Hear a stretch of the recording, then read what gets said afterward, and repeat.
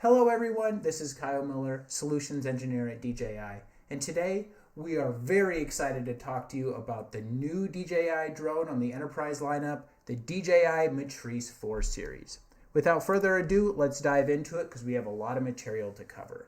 We have two different drone models here, the E version, which is more made for mapping, and the T version, more made for, obviously, thermal, so public safety and inspection. The slogan for this drone series is the age of intelligent flight. That is because of the onboard compute upgrade that we have seen, as well as some of our new other AI features. So let's dive into that a little bit later on in the presentation. The different topics we're going to be covering, first off, the overview of the drone, as well as some flight safety. We get into the cameras, and then I'm kind of covering it there, but mapping. Then we go into intelligence, software, the different accessories that are out there, and then we finish up with some of the use cases. We do plan on recording this, and we do have time at the very end for questions and answers. So with the overview, let's talk about these two different drones. They both have intelligent operations with AI. We'll talk about what the different AI features are here in a bit, but they also excel in low light, especially when it comes to the thermal side. It really packs a punch if you're working in environments that are very dark. Think public safety, search and rescue, even inspections. Faster and safer, very important for a wide variety of industries, being able to get this drone off the ground very quickly. Crystal clear vision, both from the high quality cameras and the transmission quality. Then we get into precision mapping. We'll talk about what I really enjoy, both 2D and 3D mapping and what the improvements are there, as well as some upgraded accessories. We did release a couple accessories with this drone series, so let's dive into those as well. First off, with the Matrice 4 key specs, takes 15 seconds for a home point update through vision positioning, so you get a very fast takeoff. If you need to get the drone in the air, this is the drone to be able to do it. Very rapid response. It's also going to have a very fast or very quick ascent speed as well as a descent speed. So if you need to get up in the air, get visibility very quickly, you're going to be able to do that at 10 meters per second for ascent and 8 meters per second for descent.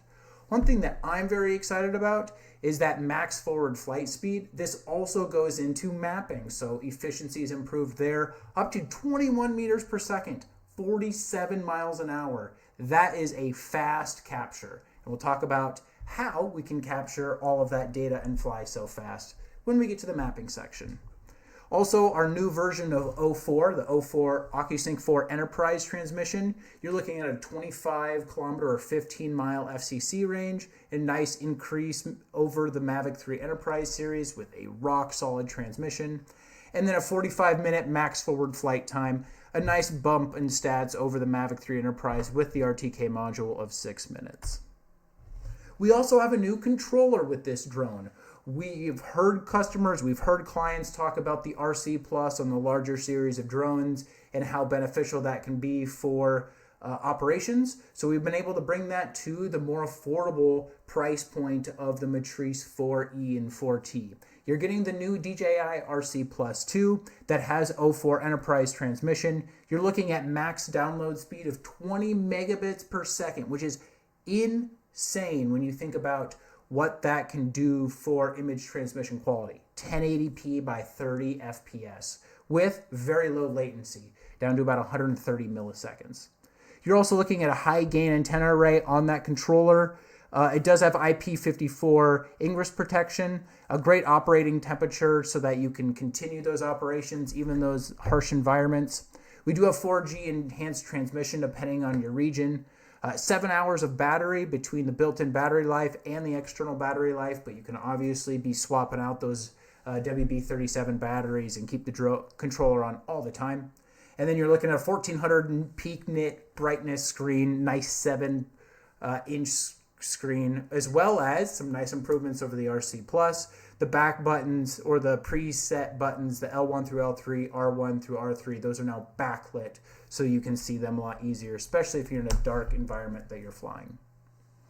So let's dive into some of the actual big improvements on just the hardware drone itself. First off, the new 04 Enterprise. You're looking at a 25 kilometer max transmission distance. Obviously, we're not going to be able to get a screen recording and show that to you based off our US testing, but just based off of regulations. But you can see here we're at pushing over 25 kilometers and getting nice crystal clear video feedback. So even in those really noisy urban environments, you're going to be able to have really good connectivity, multiple miles out potentially. You also have a DJI Cellular Dongle 2 being supported. That's not supported in the US market, but it is supported in other markets around the world. There's a compartment on the back of the drone. So if you are wanting to be able to fly via cellular dongle and have enhanced transmission, you can do that as well. Let's talk about the new improvements when it comes to flight safety. First off, you have the new built-in RTK module. That also improves not just flight safety for understanding location and being able to access more satellites, but then also you unlock companies, much like our partner AVSS and some of our other partners that do parachutes. They have now the access to the PSDK port up front without having to use that for the RTK module. It has built-in RTK on every single drone. So really excited about that. The new RTK also supports the L5 frequency band. We also have the ability of preloading obstacle data. So if you are connected to the internet, you're going to be able to automatically pre-download DTM data, satellite data based off of where you're at, and be able to use that with obstacle avoidance, as well as fusion positioning. We have low light fisheye vision sensors. You're going to be able to view out of those so you can operate and make sure you're flying safely around very close obstacles or environments. It also has vision assisted positioning and some update home point via visual positioning updates that we're really excited about. Also, anti-interference. We don't have that as much in the US market, but depending on where you're watching this, you may need that capability. So let's talk about each of those more. The enhanced vision positioning and obstacle avoidance, even if your GNSS is weak or lost, you're talking about underneath bridges, especially those really hard surfaces where you're not going to get any sort of penetration to satellites, you're still going to be able to fly and operate in those dark environments with no satellites very accurately. You also have enhanced obstacle avoidance when it comes to flying around transmission towers. You're going to see down at the very bottom on the compass where the obstacles are showing up, and even getting into some very thin transmission lines being able to start showing up on the obstacle avoidance. Now, being a pilot, drone pilot for a little while, no matter what the drone is, I do not guarantee any sort of obstacle avoidance, but it just adds an extra layer of safety for you. We also have some elevated flight safety at night. So our visual sensors, the obstacle avoidance sensors on the drone, those are lower light cameras, and that they're going to be able to bring in more ambient light so that it can help avoid obstacles, down to 0.5 lux amount of light required for the obstacle avoidance sensors to work, which is insane in my opinion. Vision positioning can work with 30 meters from the ground or 20 meters from objects so that it knows a long ways off if it needs to be, if it's coming up on something, as well as a vision assisted RTH. And obviously with those 15-second emergency situations where you're launching the drone very quickly, you can RTH it back very safely too. We also have some anti-GNSS interference capabilities, something once again that we don't see much in the US, but depending on where you're at, you may need.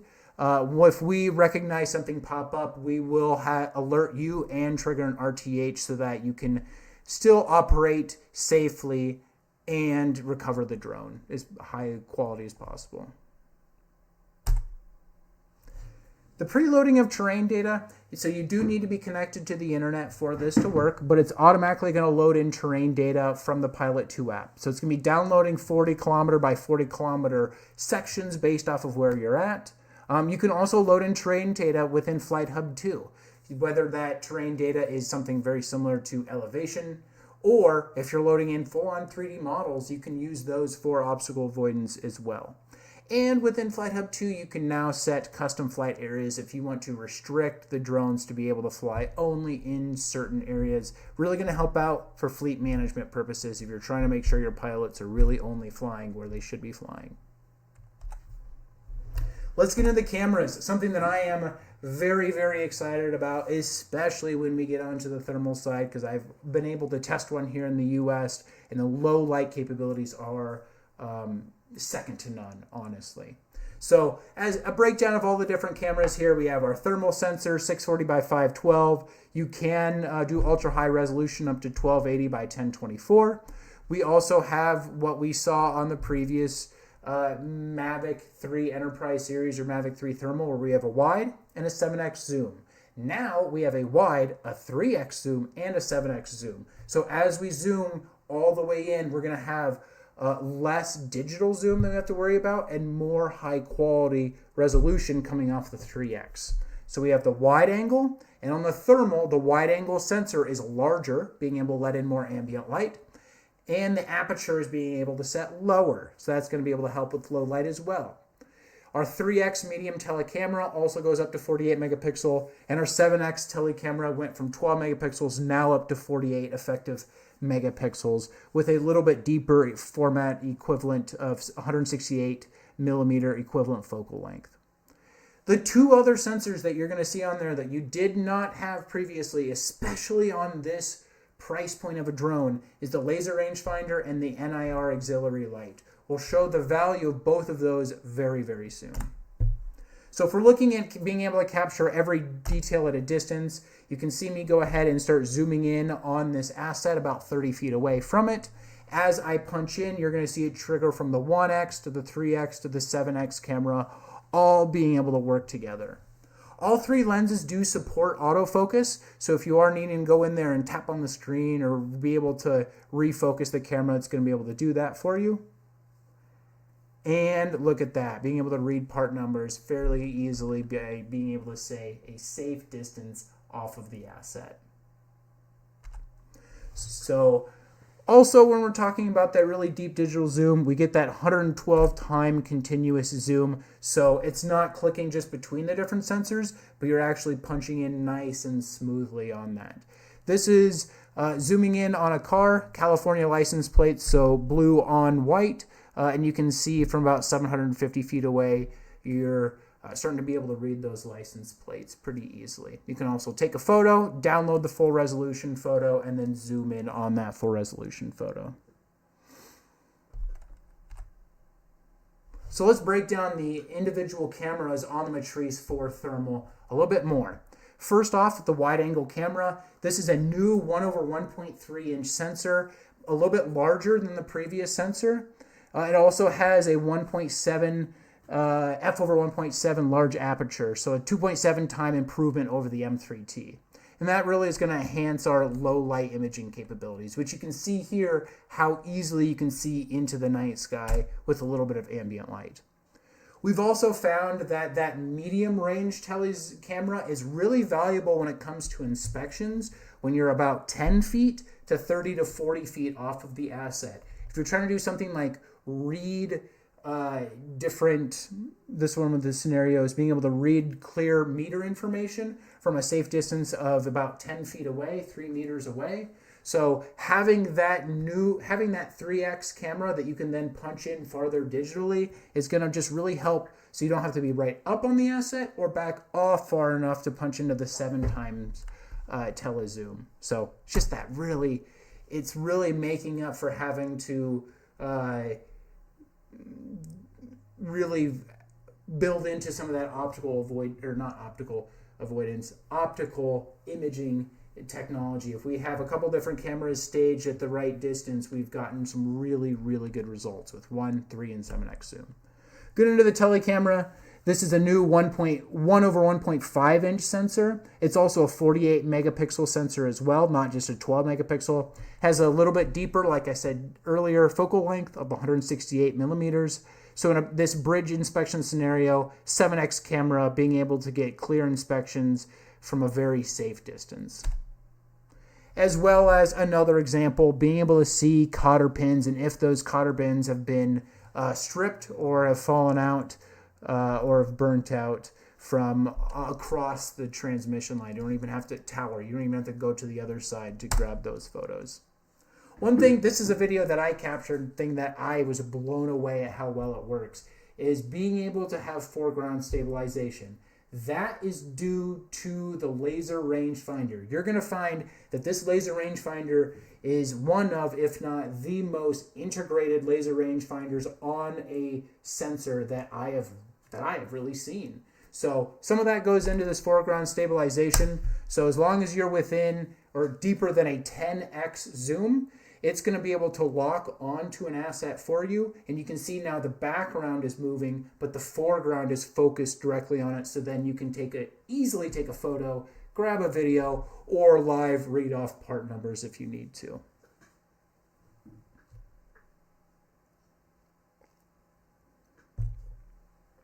You can really zoom in and zoom out while you have that foreground stabilization still fixed. We also have some new electronic dehazing capabilities. This is another one that I was able to capture. Just a foggy day in Iowa, and turning on and off electronic dehazing, you're going to notice a huge difference. So if you are trying to, especially on the public safety side or even on the inspection side, if you're trying to zoom in on something from very deep, far away, you're going to notice how much of a difference that is. So across the parking lot, a really large mall parking lot, turning electronic dehazing on and off, you can definitely tell a difference when it comes to being able to notice people and cars moving around. I'll toggle it on and off one more time. You can pretty much see what make and model or a little bit more on that vehicle, where if it wasn't on, you would hardly even see that vehicle moving.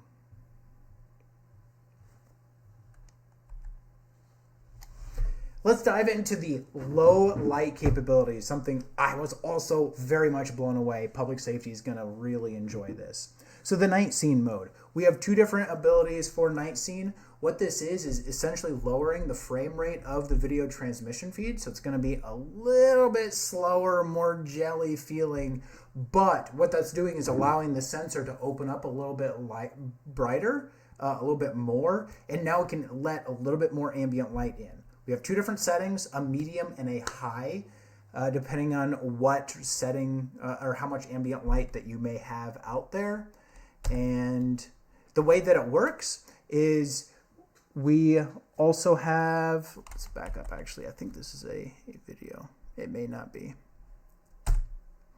So the full color view night scene, this supports both the M3 or M4E and M4T visual sensors. And you can see how an IR cut filter works. Got to have a shout out to Grant on that diagram of understanding how visible light hits the image sensor, but what an IR cut filter really does. And it's going to be filtering out that infrared light. So some of these. What we're able to do though with black and white view, once again shouting out that diagram to Grant, is being able to remove or move that IR cut filter. Now we're going to be able to let in more light that our naked eye can't even see. And if we partner that up with an NIR spotlight, then we can have a spotlight that our naked eye can't see. But we can get it off of the camera. And then we have a black and white view. So we're going to be able to see things that you definitely can't see. So here's a video of night scene disabled in Iowa, where we basically have like no ambient light. That was just the back porch there, where it was just a pitch black. When we turn that on, you can basically illuminate the scene. When we have the near infrared spotlight on, and you can see me spying on our cows a little bit, where they have no idea that I'm back there. And this is also, it shows how good the spotlight capabilities are, seeing as I am almost 600 feet away and that spotlight is working really well. We also have a new ability of taking what we call a smart low light photo. It does take a little bit longer to trigger the camera, but once again, it's going to let in more ambient light for you to be able to see more into the darkness. So let's go ahead and just show the photo or show the screen recording We'll tap on the smart trigger, and I'm doing a side-by-side right now, so I'm also capturing the thermal. And once it's done, I can go into my camera gallery and view that smart low light photo, where it was pitch black, and now we kind of have this purple hue of a photo that we can see the house, all the buildings, outbuildings that we have, the cattle barn, anything else that we may have. I also took another photo a little bit closer up, and even with very little background ambient light, just some few Christmas lights, you can see even down to things behind the shed that you normally wouldn't see, which is the low light capabilities on this drone are really remarkable. But it's not just about the visual cameras. Let's talk about those thermal capabilities and the improvements there.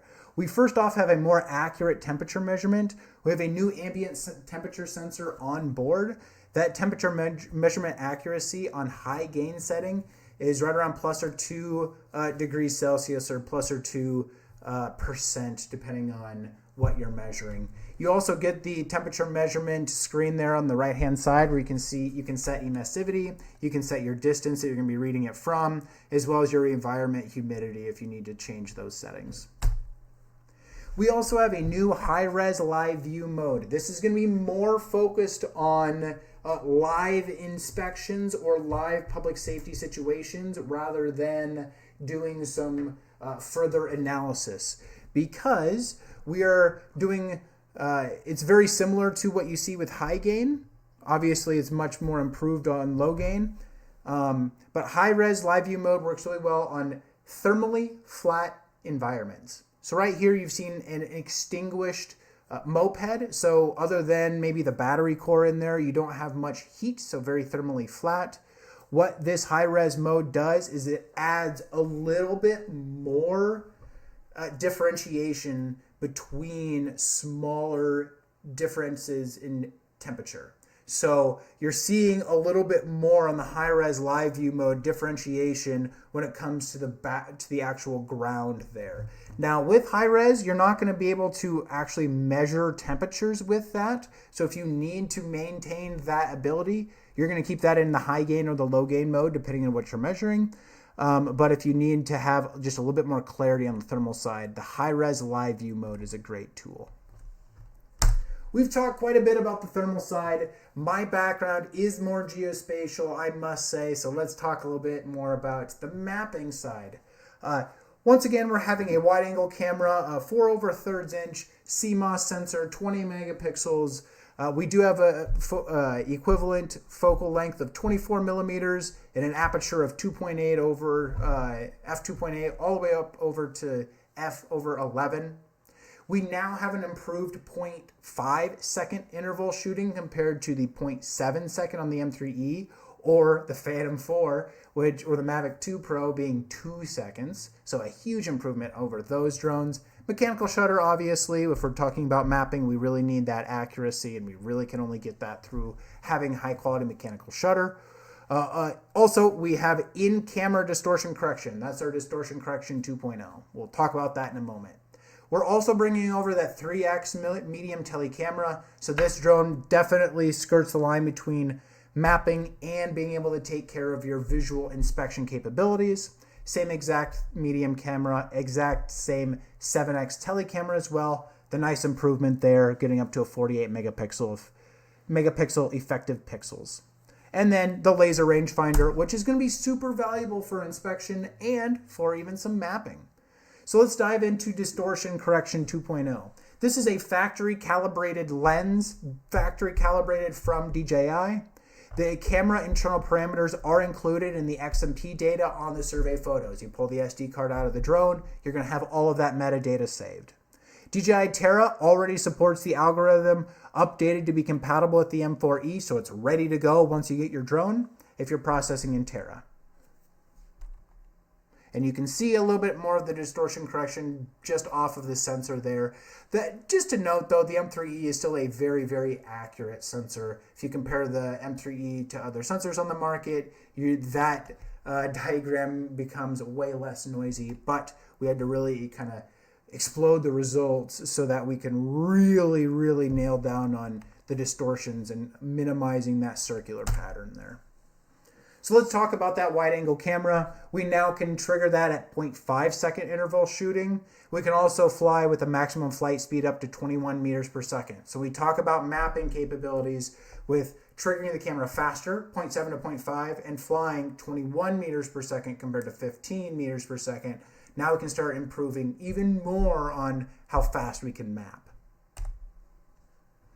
We have a couple different flight modes that we have brought to the M4E. Obviously, you have your waypoint, your area, and your linear routes, the slope route and the geometric route, which we released in 2024. But now we have this new smart 3D capture, which is something I have been looking forward to from DJI for years, and it's finally here, and I'm excited for you folks to get your hands on it. First off, with directional ortho capture. We'll talk about that in a moment, as well as 5-directional oblique capture and how that differs from other DJI drones. Smart 3D capture, we have a whole section on how to do that workflow, as well as at the very end, a survey and quality report that you get. So first off, we talk about 3-directional photo capture. This is more focused on very large areas that you need to map with fairly decent accuracy. What the camera is going to be able to do is, this is still a 2-axis controlled gimbal, so you're going to be pitching it up and down. You're not going to be able to have control gimbaling it left or right. That being said, on mapping missions, we can trigger the camera to look left and look right. So while we're mapping, what we're going to be able to do is trigger down, nadir, and look left and look right, so that we have a very wide swath width, and all of a sudden we can fly with significantly less side lap and still maintain very high quality 2D orthomosaic. So if you're looking to go out and just capture something very quickly, whether it's search and rescue, public safety, or just large area mapping that you need something very quickly, you're going to be able to fly. And you can see the difference here going from a 2 square kilometer flight going from 51 minutes, I believe was, down to 28 minutes, almost half the time it takes to fly. It does, right now the supported models are M4E, and we do recommend this to be more in rural or flat areas without dense buildings. That being said, you are going to be capturing more photos, so it may take a little bit longer for you to process the data, but it'll take less time to capture. So it's just, you got to figure out what benefits that you want there. We also have 5-directional oblique capture. So with the Mavic 3 Enterprise, we would be able to trigger it up, down, and nadir, and backwards. Now we're able to also trigger it, move the gimbal left and right on mapping missions. And so we're going to capture all of that within one pass. No more having to do a crosshatch mission to get all 5 axes. Now, though, the only difference, instead of the P1, the users that have been flying the M300 or 350 and the P1, where it's taking it straight down, forwards, backwards, left, and right, it's more of an X. So it's nadir, up and to the left, up and to the right, down and to the right, down and to the left. So if you're looking for improvement efficiency of over 40% versus the M3E, simply because you don't have to do that crosshatch. And now it's time for the Smart 3D capture, something, once again, I've been super excited about. Let's talk about what the function is. First off, the workflow is, or the function is, we're trying to make a 3-dimensional flight plan automatically for you over an asset. The workflow is flying over the site very quickly, capturing some photos using a mapping, maybe it's a 5-directional oblique mission.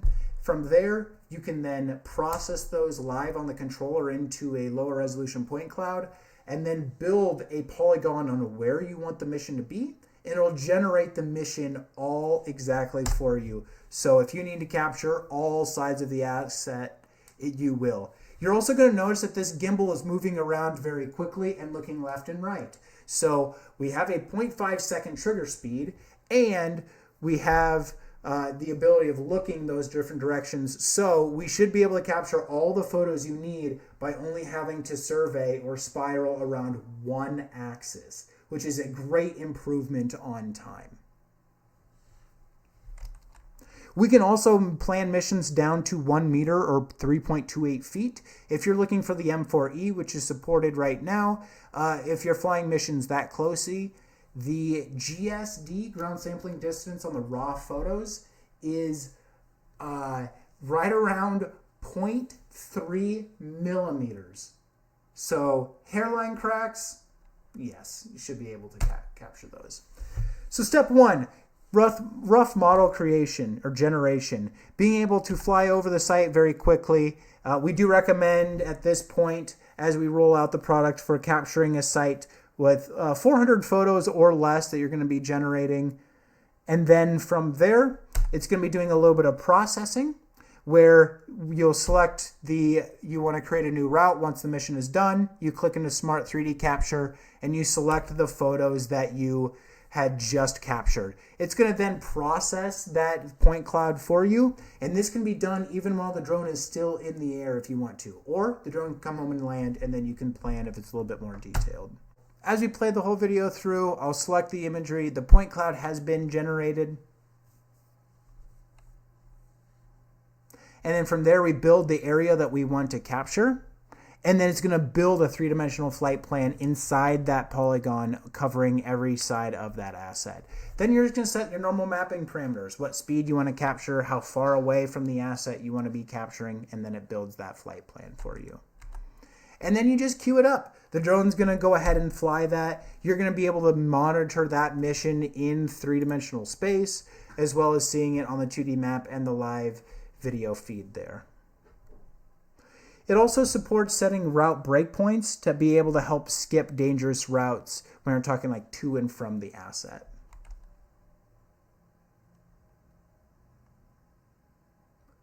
And once all of that data is generated, also, the reason why this is possible is because of the onboard processing improvements that we found that we got with the Matrice 4 Enterprise and the controller with the RC Plus 2. So a lot of really big value propositions when it comes to onboard processing for surveying and mapping digital twin creation.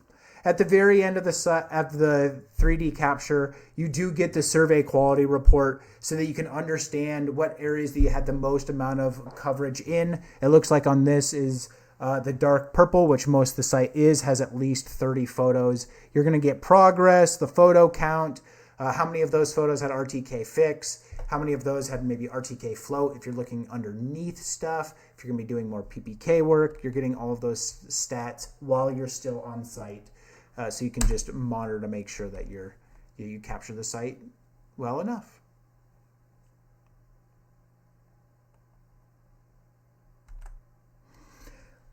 Cool. So we just talked about some intelligence, at least in my opinion. The Smart 3D capture is very much onboard intelligence. But let's talk about some of the other onboard intelligence features that we bring to the table with the M4E series.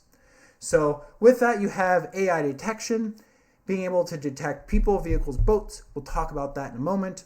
The distance measurement based off the laser rangefinder, the line in the area drawings for being able to make accurate annotations for pilot communication, the observe view so you can understand where you're at in the world and what your camera sees, being able to fly directly to subjects that you have detected, cruise control, just a little bit more of the enhanced pilot features when you're talking about search and rescue or inspection of very long assets, smart tracking assets, as well as being able to do point of interest orbits around a fixed task.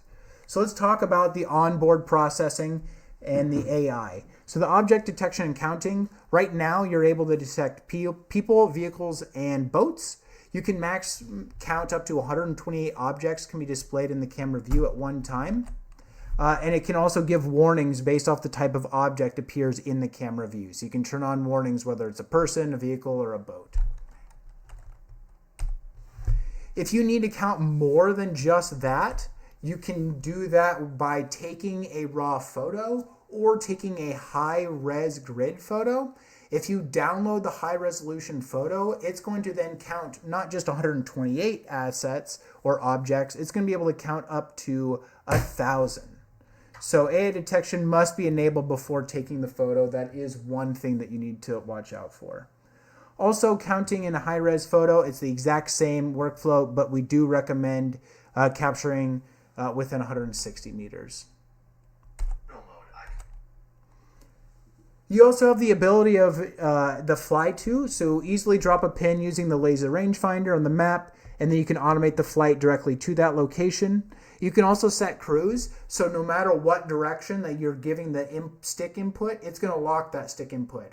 Whether it's altitude up and moving forward and off to the side, it's going to continue doing that for after you press CLON until you press the X button or until it sees an obstacle. So if you are looking to just be able to simplify cruise, especially for public safety, search and rescue, that way, or inspection, transmission lines, that way you can be focused on the transmission line and not be focused on, okay, I need to be flying this drone and managing all of that. You can see the fly to there, so you can focus on it, as well as the cruise functionality. And that fly to function, that's where the laser rangefinder, another thing that's integrated there to be able to fly to the asset and understand where that asset is a little bit more accurately. So we've got cruise already locked there on the bottom. We also have the ability of smart tracking. You can see here tracking of a boat. You can zoom in, zoom out with that, and you can switch objects if you need to. You can move the gimbal if you need to. And it supports on all visual cameras. So it doesn't have to be just the 1X. It can work on the 3 and the 7X. The point of interest, something that we've had also on the M3E and the M3T series, being able to orbit around a selected pinpoint, and then you can select the C1 and the C2 buttons to lock the speed as well as locking the gimbal direction. Laser rangefinder, something that I'm so excited that we included on this platform. The max range on the laser rangefinder is up to 5,900 feet or 1,800 meters. Also a very high accuracy laser rangefinder. You do get the coordinates displayed on your FPV screen and what the coordinates are. So you can obtain the center point information. That information is also embedded of the image XMP metadata. So if you are looking to do further analysis, this is all RTK data too. So if you're looking to, M4T, do thermal inspections, that your geotagging with the laser rangefinder on then becomes, you have an accurate measurement of the very center of the image. You can see that this laser rangefinder working from a long distance away. But we do have a number of things that we still need to work through, so we're going to continue to move forward. We also support being able to draw a line or draw an area. Those functions, those annotations are going to be saved, so if you're all within the same, if there's multiple pilots, multiple operators within the same Flight Hub 2 project, you're going to be able to see those show up for all of the different pilots. And you can quickly click, measure different distances or measure different areas if you just want to understand how much of a forest fire is contained or how far away something may be. We also have the observed view. That's going to be within the map view. You can see what the visual, the FPV of the camera sees. Now, as it gimbals up and down, you're going to see that move. And as the camera or as your drone moves, you're going to see that move. That way you can really understand what your camera is seeing, especially if you're going down and back manually and doing some search and rescue inspections or search and rescue operations. You can then understand how far away each pass should be from your previous flight. Let's talk a little bit more about the different software packages that we have at DJI and how they're involved with the M4E series. Apologies there. We have the Pilot 2 app that's going to be installed on the controller that you've seen a lot of already. We have Flight Hub 2, that's going to be the online management platform, especially when you're talking about dock operations. DJI Terra, that's going to be processing the data after you have captured it. Modify is going to be editing the 3D model data. Thermal analysis tool for inspecting the thermal data. And then the DJI Enterprise app, that's going to be helping capture with the DRTK3 we'll talk about here in a moment. So Flight Hub 2, the remote operation, a lot of the tools that you saw today are also available already on Flight Hub 2, whether it's the Fly 2, the point of interest, the custom flight area, being able to maintain and take over aircraft and camera control. All of that functionality already works within Flight Hub 2. But we also have a lot of the AI features already involved with Flight Hub 2. So you can see the car AI, the people AI, even the boat AI being able to function, and all of that is ready to go with your account on Flight Hub 2.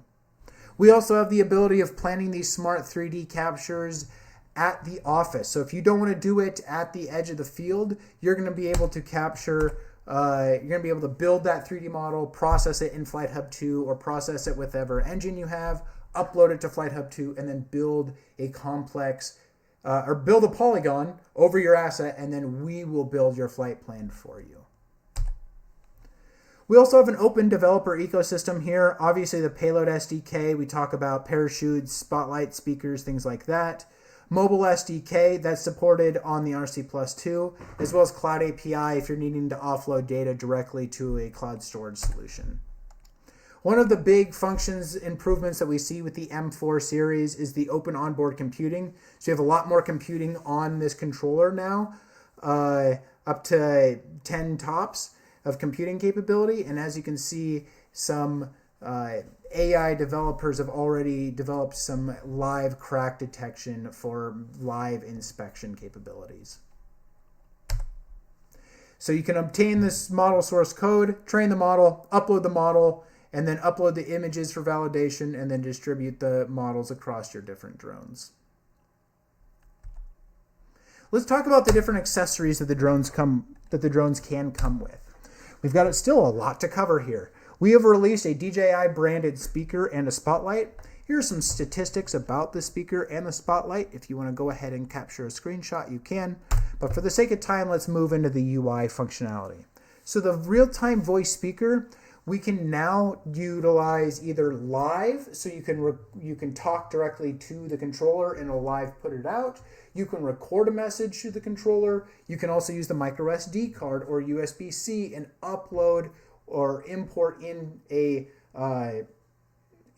recording, whether it's a music or a song or whatever you want to input in. You can upload that and have it send via the speaker. And we also have that real-time broadcasting that we talked about. One final function we do have is text-to-speak. So speech, if you just want to type something in, you can. And there's the UI of being able to use that speaker. We also have a AL1 spotlight. So a great spotlight for this drone. You have the always-on mode or the strobe mode. You can also have the sensor or the spotlight follow the gimbal movements automatically, so you don't have to keep moving that spotlight around. The wide FOV lighting can be enabled, so it's going to, rather than it being so focused, it can broaden out the light if you need to. But if you only want to fly the spotlight and not the speaker, you do need a bracket for individual installation. If you just want the speaker, you can do just the speaker. If you want both of them, it does support both of them flying at the same time, spotlight and speaker. So here's a video showing clear visibility in dark environments. This is 260 feet away, and you can still easily see into that vehicle and if anyone's sitting in the driver's or passenger seat.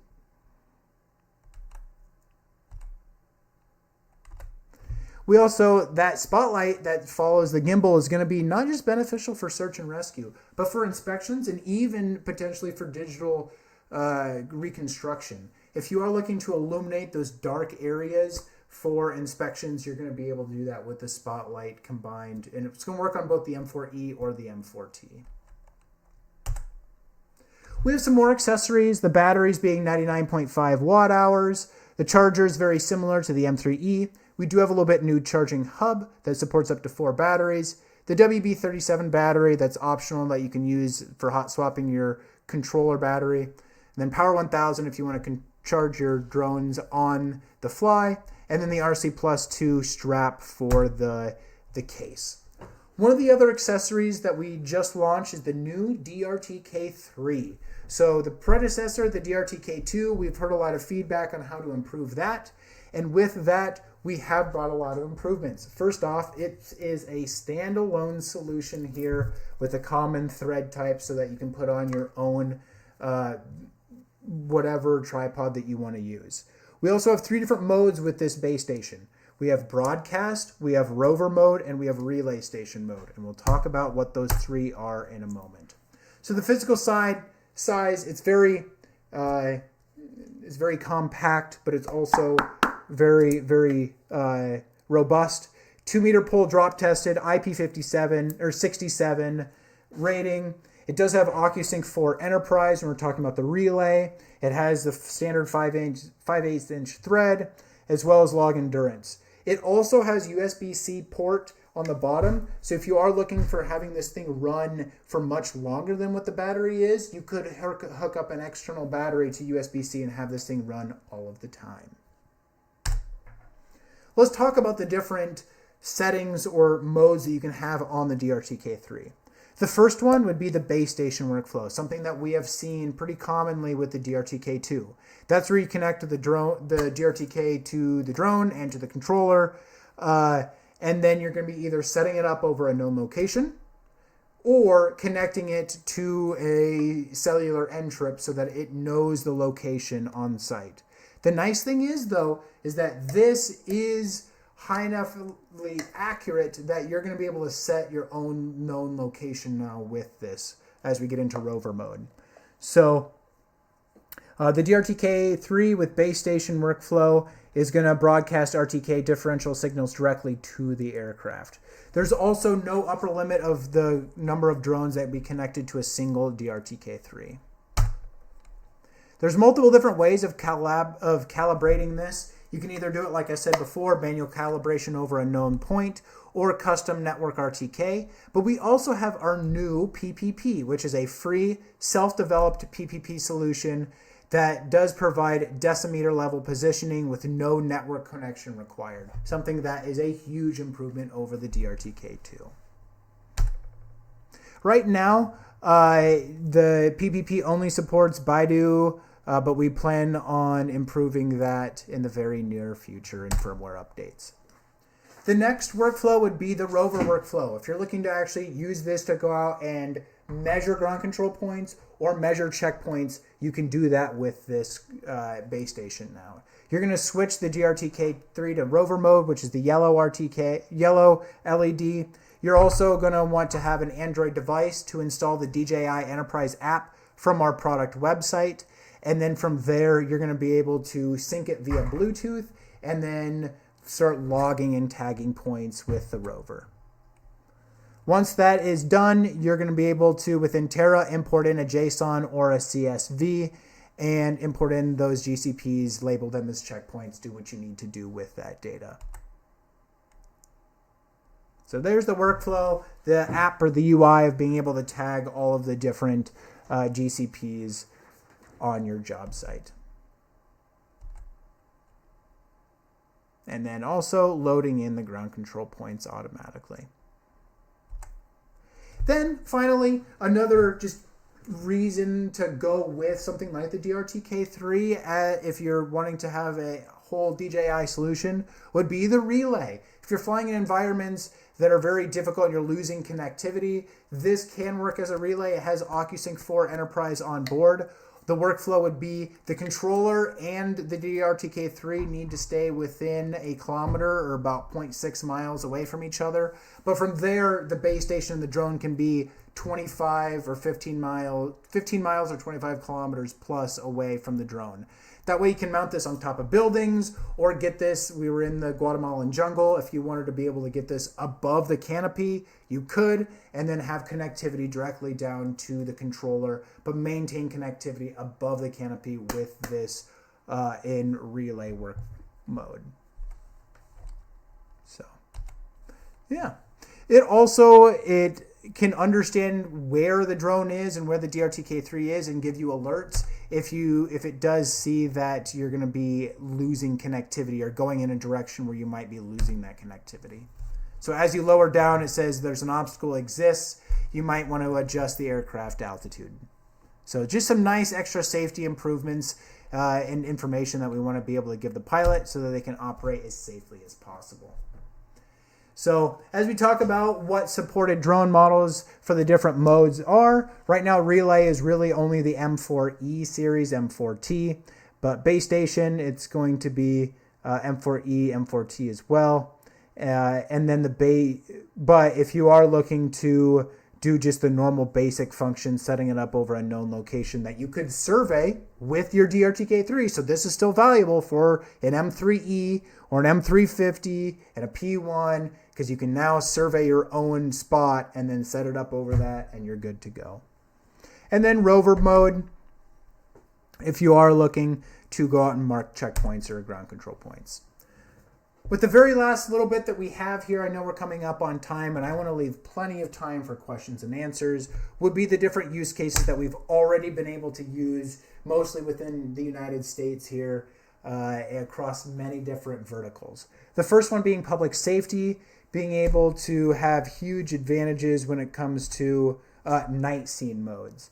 So compared to the M30T and the M3T, huge advantages there. Nice low light environment captures. Apologies on that. Let me turn that off. We also have the spotlight that's going to help be able to illuminate the environment. And if you don't want the environment to be illuminated by visual light, you can do that via the near infrared spotlight and the near infrared, the low light modes. They also like the RC Plus 2-button backlighting, especially if you're flying at night and you're using a lot of hotkey options. Great SAR operations with this use case already here in the US. We also have found with a large construction company, survey company, that they wanted to go out and scan a very large asset. So you're looking at a 150-acre site. I don't know if this is a video, but the 150-acre site was an hour and 23 minutes or an hour and 24 minutes of capture.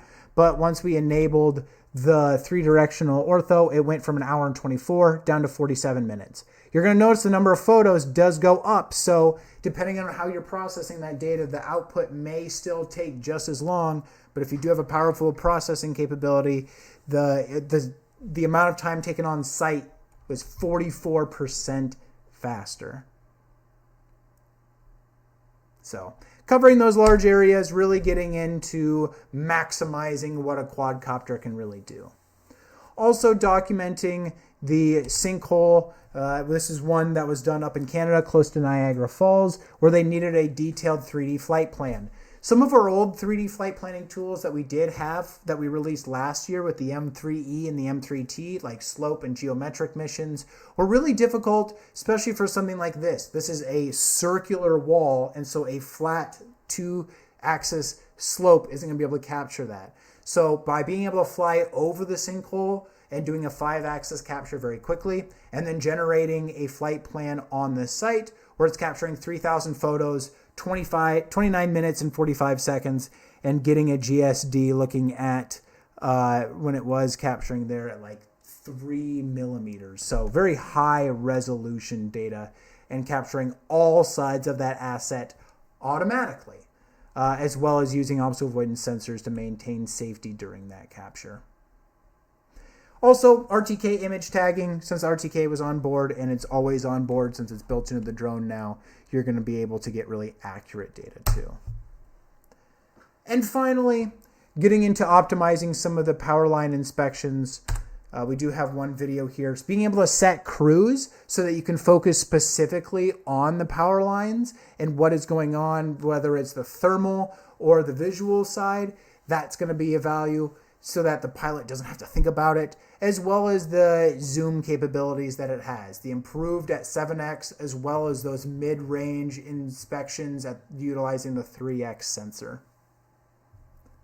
They also are utilizing cruise control and the temperature alarm so that they can just have it go fly, and if they need to find anything, they do get alerted very, very quickly. So we want to thank you for joining today's session. We did leave a little bit of time here to get through some questions and answers. Nice screenshot here from one of our other colleagues, Grant, that manages the team over here in North America. When he was out flying the M4 series, was able to grab a nice photo. So with that, we do want to leave it up to anyone with questions, and we will kick it over now.